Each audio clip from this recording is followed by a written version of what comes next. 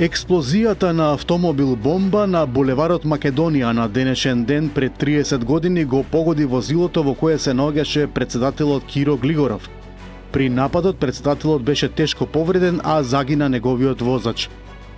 И покрај тешките последици, Киро Глигоров успеа да закрепне и ја извршуваше функцијата претседател до истекот на својот мандат во 1999 година. Овој трагичен настан, кој по 30 години останува едно од најконтроверзните и нерасветлени поглавја во македонската историја, представува потсетник на тешките години од 90-тите, но и символ на истрајноста и државничката улога на Киро Глигоров во зачувувањето на независна Македонија. Основниот кривичен суд Скопје во целост го одобри обвинението поврзано со катастрофалниот пожар во дискотеката Пулс во Кочани. Тоа го одлучил Советот по оцена на обвинителен акт при овој суд.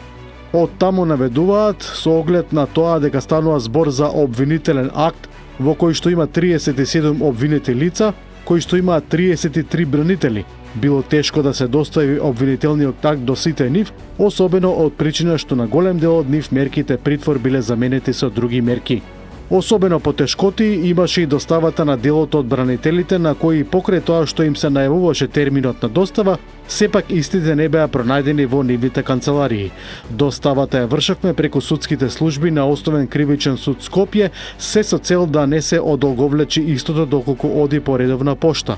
Дополнителен проблем при доставата се јави поради тоа што во првично поднесениот обвинителен акт, пред истиот да биде доуреден, во диспозитивот не беа целосно наведени личните податоци на обвинетите од страна на Основниот суд Кочани, како и решенијата за адресите каде се издржува мерката куќен притвор, што дополнително мораше да го проверува кривичниот суд, соопштија од судот. За потсетување, во пожарот во дискотеката Пулс на 16 март загинаа 62 лица, од кои 6 деца, а 200 беа повредени.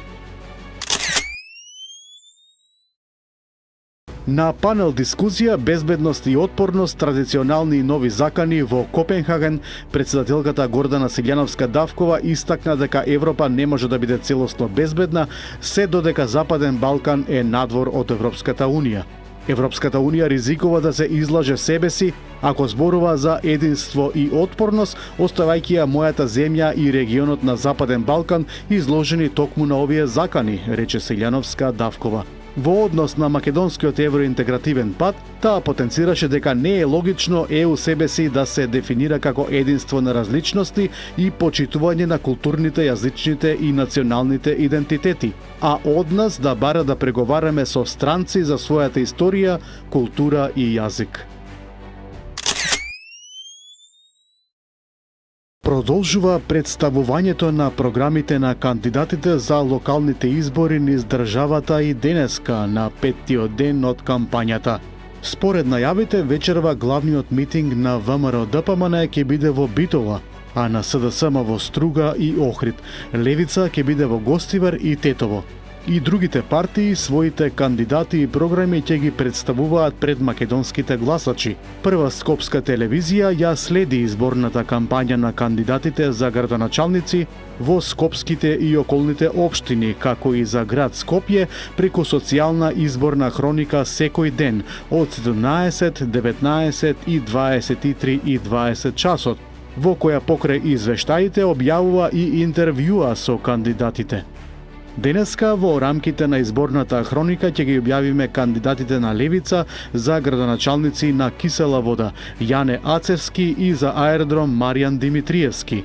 Изборната кампања почна во понеделникот, а ќе трае до 17 октомври на полноќ. Потоа следува 24-часовен молк пред гласањето на 19 октомври. Во денешното соопштение ВМРО-ДПМН ги обвинува СДСМ и Венко Филипче дека пак се пазарат со Бугарија на штета на македонските интереси. СДСМ и Филипче повторно виткаат кичма пред Бугарија и испраќаат сигнали до Софија дека се спремни да направат се, само да дојдат до власт и Филипче да си ја задржи фотелјата на Бихачка, се наведува во соопштението од ВМРО-ДПМН. Резолуцијата со црвени линии на СДСМ, како што реагираат од ВМРО-ДПМН, не е патриотски чин за Македонија. Таа е маска позади која се преговара, пазари и дополнително се подчинува и понижува Македонија. Филипче да каже на јавноста што договорил во 4 очи со Бугарија, праша од владеачката партија. Во Македонија временските услови овие денови доживеа вистински екстремен пресврт. Само пред 10 денови македонците се уште беа по плажите во Грција и на социјалните мрежи објавуваа слики како се бањаат и сончаат. Па од сончеви и топли денови со летни температури, преку ноќ луѓето костуми за капање и шорцевите ги заменија со јакни, капоти и шалови. На планините веќе падна првиот снег, а во ниските предели утринските температури се спуштија до нулата. Синоќа поради снежни наноси времено беше прекинат сообраќајот за тешки товарни возила на патните правци Гостивар, Кичево и Маврово, Ростуше. Ладно време со дожд, снег и ниски температури се очекува и денеска. Со варирањето на температурите предвреме пристигна и сезонскиот грип. Од Министерството за здравство ги информираа граѓаните дека годинава навреме е потпишан договор за набавка на 80.000 вакцини против сезонски грип и дека се очекува да пристигнат во текот на следната недела, пошто вакцинирањето ќе почне од втората половина на октомври. Министерството потсети дека со бесплатната вакцинација се опфатени ризичните групи население, повозрасни лица над 65 години, лица со хронични заболувања, здравствени работници, бремени жени, деца на возраст од 6 години до 5 години, како и лица сместени во установи за социјална заштита на стари лица и вработените во установи за социјална заштита на стари лица. Во рамки на тековните оперативни активности од областа на сузбивање на недозволената трговија со дрога, македонската полиција во септември во повеќе различни случаи уапсила над 100 лица, меѓу нив има и малолетници. Кај уапсените биле откриени и запленети поголеми количини марихуана, бела грудчаста материја, бела прашкаста материја, кафена прашкаста материја, таблети, амфетамин, хероин, дробилки, информираа од полицијата. Исто така, на граничниот премин Табановце во септември при влез во земјава во неколку одвоени случаи кај српски, унгарски, австријски и белгиски државјани, исто така беа откриени кокаин, амфетамин и марихуана. Во Сочи се сретна рускиот претседател Владимир Путин и доскорешниот претседател на Република Српска Милорад Додиќ. Путин ја искажал својата поддршка кон Додиќ, нагласувајќи дека Русија ја поддржува имплементацијата на Дејтонскиот мировен договор и отие неприфатливо мешањето на други во внатрешните работи на Босна и Херцеговина. Воедно рускиот претседател истакна и дека некои европски центри се обидуваат да направат шарена револуција во Србија. Инаку на Додиќ пред неколку месеци му забранија да биде претседател на ентитетот поради пресуда на Сарајевскиот суд, а по налог на специјалниот представник на меѓународната заедница во Босна и Херцеговина, кој босанските срби не го признаваат за легитимен. 4 лица загинаа синоќа во сообраќајна несреќа на јадранската магистрала во близина на Сењ, откако нивното возило слетело од патот во морето. Службите за итни случаи веднаш реагирале на местото на настанот, а нуркачите извлекле 2 женски и 2 машки тела. Се работи на утврдување на причината за инцидентот и смртта. Израелските поморски сили пресретнаа хуманитарна флота која пловеше кон појасот Газа. Привеле повеќе од 400 активисти од 41 брод. Операцијата траела околу 12 часа, а осомничените биле предадени на израелската полиција. Израел ја оправдаа акцијата со тврдење дека бродовите се обидувале да влезат во води под израелска контрола без дозвола. Во многу европски градови оваа акција на Израел беше повод за масовни демонстрации и негодувања.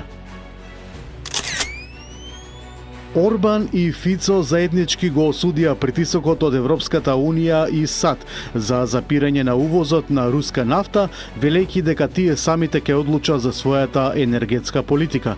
Никој не треба да ни кажува од каде да го набавиме нашиот газ и нафта, бидејќи според меѓународното право суверена земја сама одлучува за тоа, рече словачкиот премиер Фицо на средбата со унгарскиот премиер Орбан. Фицо ја поддржа позицијата на Орбан, наречувајќи ги притисоците на Европската Унија за прекин на купувањето руска нафта како политичка и идеолошка одлука која не само што најтешко ќе ги погоди Словачка и Унгарија, туку ќе и наштети и на цела Европа. Во Франција се одржаа масовни протести против предложените буџетски резови на владата на председателот Емануел Макрон. Овие протести се случуваат во време на политичка нестабилност, бидејќи новоименуваниот премиер Себастиен Лекорну се уште не го формирал својот кабинет и не ги представил деталите за буџетот. Според податоците од Министерството за внатрешни работи, на протестите учествувале околу 200.000 лица низ целата држава, а синдикатите тврдат дека бројот е многу поголем, над 600.000. Земјотрес со јачина од 5,0 степени според Рихтер синоќа ја погоди западна Турција со епицентар во Мраморното море на 39 километри од покраината Текирдак. Речиси истовремено земјотрес со јачина од 5,8 степени ја погоди и провинцијата Сантиаго дел Естеро во Аргентина. Со 5,4 степени според Рихтер синоќа се тресеше Чиле. Нема информации за материјални штети или жртви од ниту еден од земјотресите. Во Мароко, протестите предводени од младинско движење ескалираа во насилство, при што полицијата отвори оган врз демонстрантите. Според државните медиуми, 2 лица загинале, а повеќе од 200 се повредени. Младите во Мароко излегоа на демонстрации организирани преку социјалните мрежи со барање за подобрување на јавните услуги, особено во образованието и здравството. Во Судан околу 750.000 цивили се заробени во градот Ел Фашер, северен Дарфур, каде што се соочуваат со сериозна хуманитарна криза. Градот е под опсада од страна на паравоени сили речиси 18 месеци.